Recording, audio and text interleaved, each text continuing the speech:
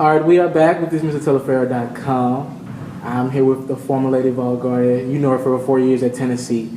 She lit up the court. It was rebounding, offensively, everything she did on the court. She gave it her all for Tennessee, all 4 years at Tennessee.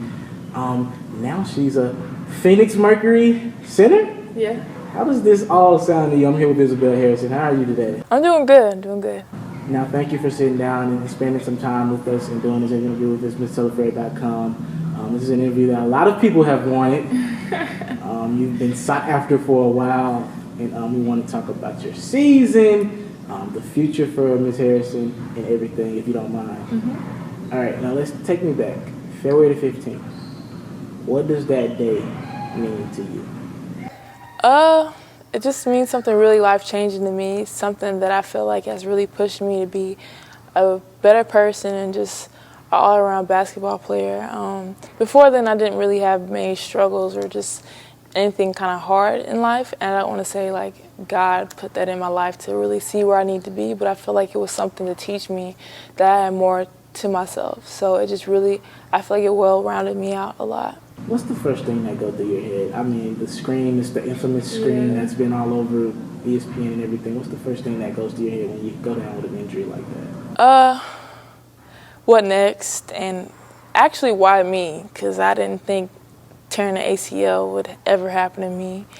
And I just thought that was something else everybody else dealt with, and I wouldn't be in that position. But you think, why me and why now? Because I was almost done with my career here at Tennessee, and I just wanted to go out on top. And I just felt like I really wasn't able to complete everything I wanted to. Even though the time I was given, I felt like I did the best that I could. I just really wanted to go in there and finish it all out, especially I didn't get to go on senior night, so that was also emotional. But I feel like everything happens for a reason, and I feel like it's going to teach me something at the long run. You brought up senior night. We're going to get to that in a sec. But first I want to get your thoughts on knowing that you wouldn't be there with your team down that stretch. You see South Carolina, you know, they were really getting into a groove at that point in the season. And y'all had a squad. Y'all had everything lined up. It seemed like to make one of those deep NCAA tournament runs. What's your first thought for your team when you go through an injury like that, thinking about what you bring on the court? I just knew it was going to alter everybody's position. And in the post, we're pretty limited. And I just knew we were going to have to bring some guards down to the 4 and 5 position that, you know, they could play it, but it's not really their strength. We want them out on the wing like Jamie Nard and Sierra Burdick. And I just felt bad. Like, even though it wasn't my fault, I just felt bad that the coaches had to just go back to the drawing boards. And after, for a while, we were really getting a groove of what we wanted to do in our positions and plays and just being comfortable with one another. It was all going to be altered. And now, I mean, I feel like I look back on it, and they all can say this for themselves. Like, it taught them a lot. Like, you got to be ready to be called on at any time. Yeah, it fit them really well. So I wasn't there to help them through, like, big games like that, but I mean, they played hard for what we had and the injuries that were going on. I think they finished out real tough this season. Senior night, you brought that up a couple minutes ago and how big that was for you. You still were able to make your way out of the court.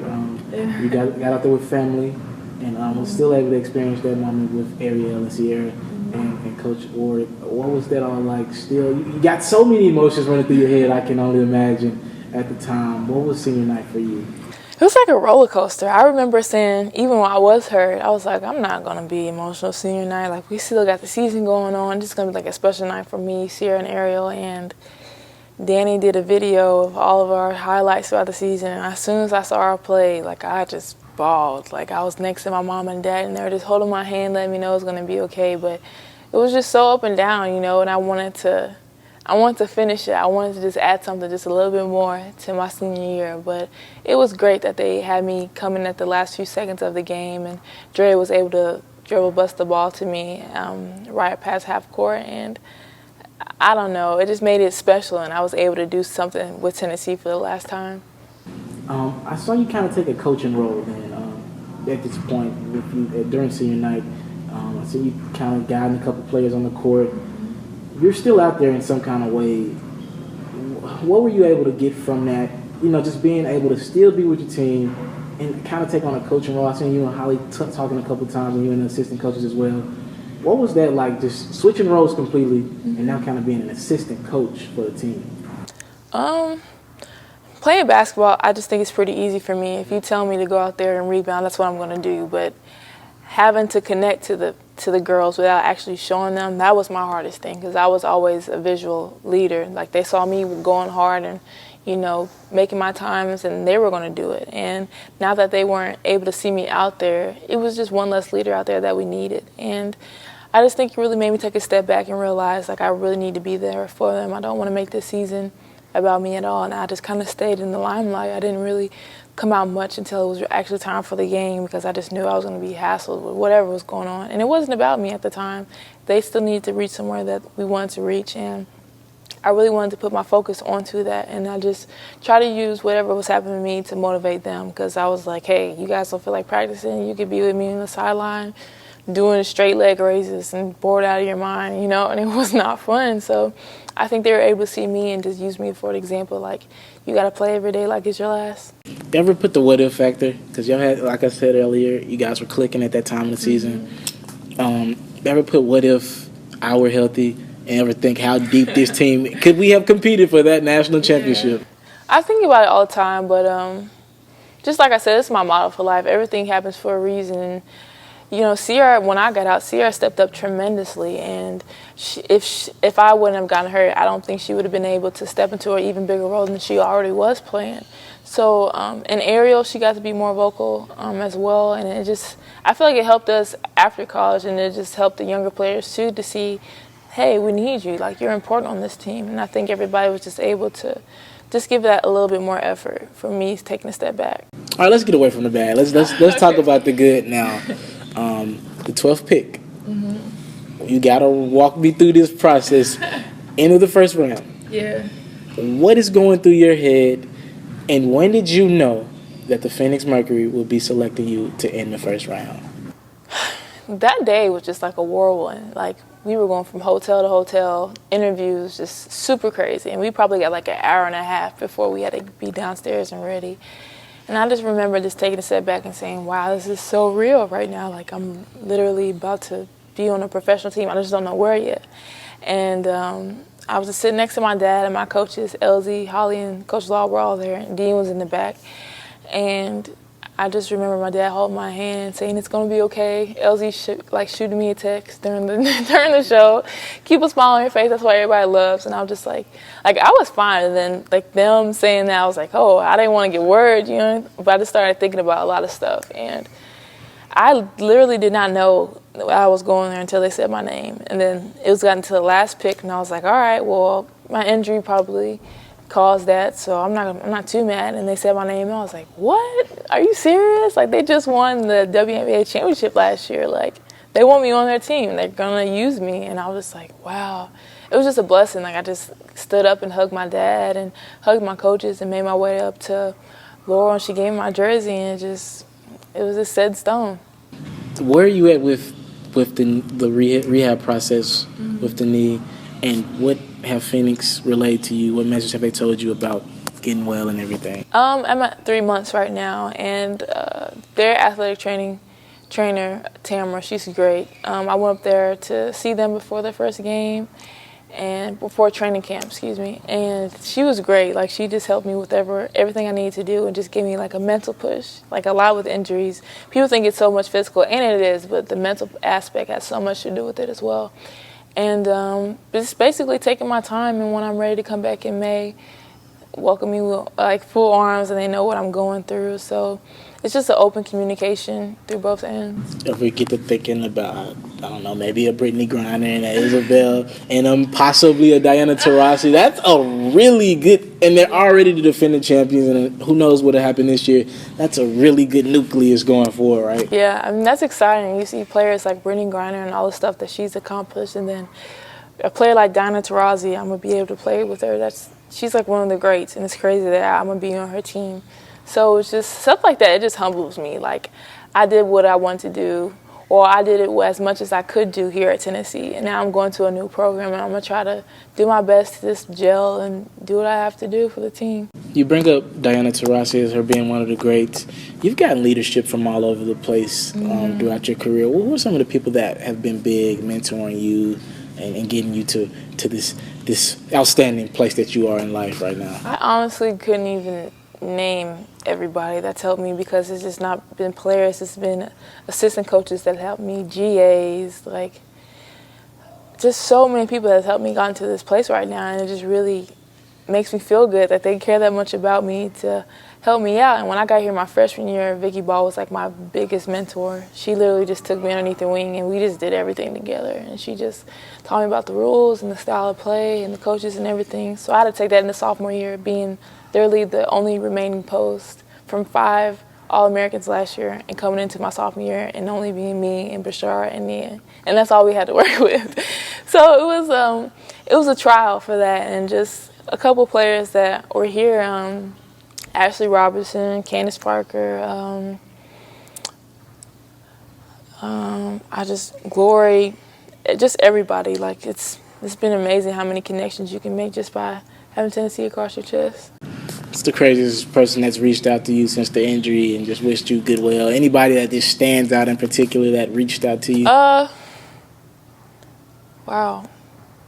I have to think about that. I know Skylar Diggins, she tweeted about me when I got hurt. And, of course, I guess it was playing on ESPN, and I didn't know about it. But that night I got to the hospital, and everybody was talking about it. I was like, hey, my knees hurt. Like, let's focus on this right now. And we'll talk about whatever afterwards. But Skylar, she reached out, and it was nice for her to think about me. I heard somewhere Coach Pat Summitt. Is it true that she was by you? Did she visit you at the hospital and kind of, I don't know, did y'all watch basketball together? Did you? She visited me at my apartment. Okay, gotcha. Yeah. Everybody that's on the staff now and the whole team came and visited me actually that night and the night of my surgery. Mm-hmm. And then about a week later went by, and then the girls were going to the SEC tournament, and Pat came by and she brought her dog Sadie. And just literally just walked in my apartment, and she sat down, and everybody that was in there, we were just chatting it up, you know. And it was great for her to stop by, especially all the stuff that she's going through, and for her to think about me during a time like that. It just meant so much to me. So recently, me and Ariel went to go visit her at her home, and it was great. And hopefully we'll plan days to spend each other in the future. What's it like saying you, Ariel, and Sierra were 3 of the last players to play for Pat Summitt? Yeah. It's amazing because we literally came into one of the toughest situations that I think anybody in college had to face. Like, Pat Summitt had to step down from being the head coach, and she is one of the greatest basketball coaches of all time. Literally, yeah, the greatest. And for us to have to make that transition, and then us being leaders since our sophomore year, it's not everybody can do that. And for all 3 of us to stay, like most people, they don't have to be here. And I think we really made it a commitment for all 3 of us to actually, like, just tough it out and see how much we can get out of this, you know. And I think we really took a lot of effort and hard work and communication to really build up this program. How big was Coach Worley?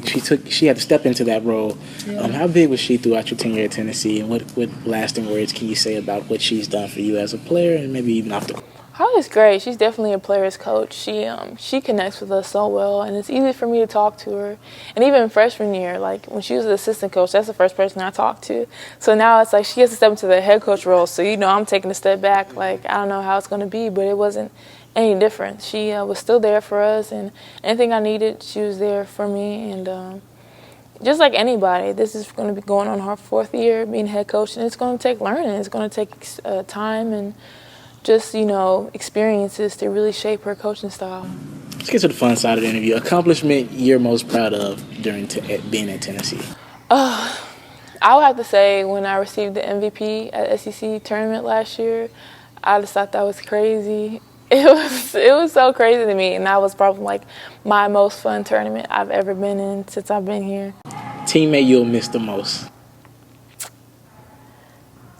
I can't say a teammate. I think everybody, I'm going to miss them for all different reasons. Like Nia, we used to room on the road trips together. Best roommate you could ever have. Like, she's great. Just all the freshmen, just them being quirky and just new and excited about things. I can just say something about Drea. I cannot stop laughing when I'm with Drea. Bashar, she's great. That's like my post buddy. I love playing with her. Sierra and Ariel, I can't even comment on that. They're like my sisters. But we still keep in contact now, so it's like still the same. Exactly, yeah. And just like Jordan and Jazz and just everybody on the team, it's just going to be hard to go on by myself now, you know, and I've had them for so long. Funniest teammate? Jordan and Jazz, and Drea. They're all pretty hilarious. What's on your iPod right now? If we went through your phone, your iPhone right now, what musically, where are you at right now? I'm like all over, actually, and I guess it's me being from Nashville. We're kind of diverse in that area. I like Jhené Aiko, Beyonce, Future, Young Thug, Migos. It's it's all around. So, What's the ceiling? And since your first season for you won't be a part of this late ball team, they'll be bringing on Diamond. She's a very talented player, a very talented transfer. Bashar will be back for her senior season. She'll be hungry. Dre will be coming back with a chip on her shoulder. Where do you see this team next year? Just kind of escaping out things. I mean, I feel like they all have something to prove, you know, especially after last year. We just didn't get to where we wanted to get, and now hopefully not them being seniors, Nia and Bashar, and I guess older players like Drea and Jazz, they'll know, like, hey, we gotta get it going, you know? And I think once they find that gelling factor, I think it's gonna be great. They have so much talent that they're gonna be able to use, and Mercedes Russell is coming back. And I mean, you do well when you have a 6'6" post player on the block. It just happens. It does not hurt. And she's very skilled with her passing, her basketball IQ. Like, Mercedes is all around. So while you're on the court, it was one thing that stuck out to me before games or after. A dance. Stanky leg was the one I seen the most from you. yeah. What's up with the stanky leg? Is that the dance you still with right now? Where we at with the dance moves? I used to do the stanky leg or just any dance before the game just to get the team going. And I was the dancer. Me and Jordan were the dancer on the team. And now she's going to step into that role now. So it's not just off on the court. It's off the court too. And am I with it now? I don't know. I think I'm trying to change it up a little bit. So we'll have to see. So does Isabelle nay? I do. I whip. I do all that type of stuff. Isabelle, good luck going forward. You're always one of my favorite players at Tennessee. Thank you. Always was rooting for you. Good luck with Phoenix. Good luck rehabbing, getting well. Yeah. I know you're going to do your thing. Just getting to know you. Even without the cameras rolling, you're a great person. Thank you. We're rooting for you here at Tennessee. Make us proud. It's MrTelefaro.com. I'm chilling with former Lady Vol in Phoenix Mercury's own Isabelle Harrison. Hey, I want to thank you for taking time out of your day to watch my interview, my performance, or maybe it was a feature story. Now, right now, you can either subscribe to my channel or you can watch other performances. Thank you for taking the time out. It's MrTelefaro.com. After seeing Drake sell 1 million copies, does this change your opinion of Views from the Six? Do you now respect it more, or maybe do you respect it less because people are out buying music that you don't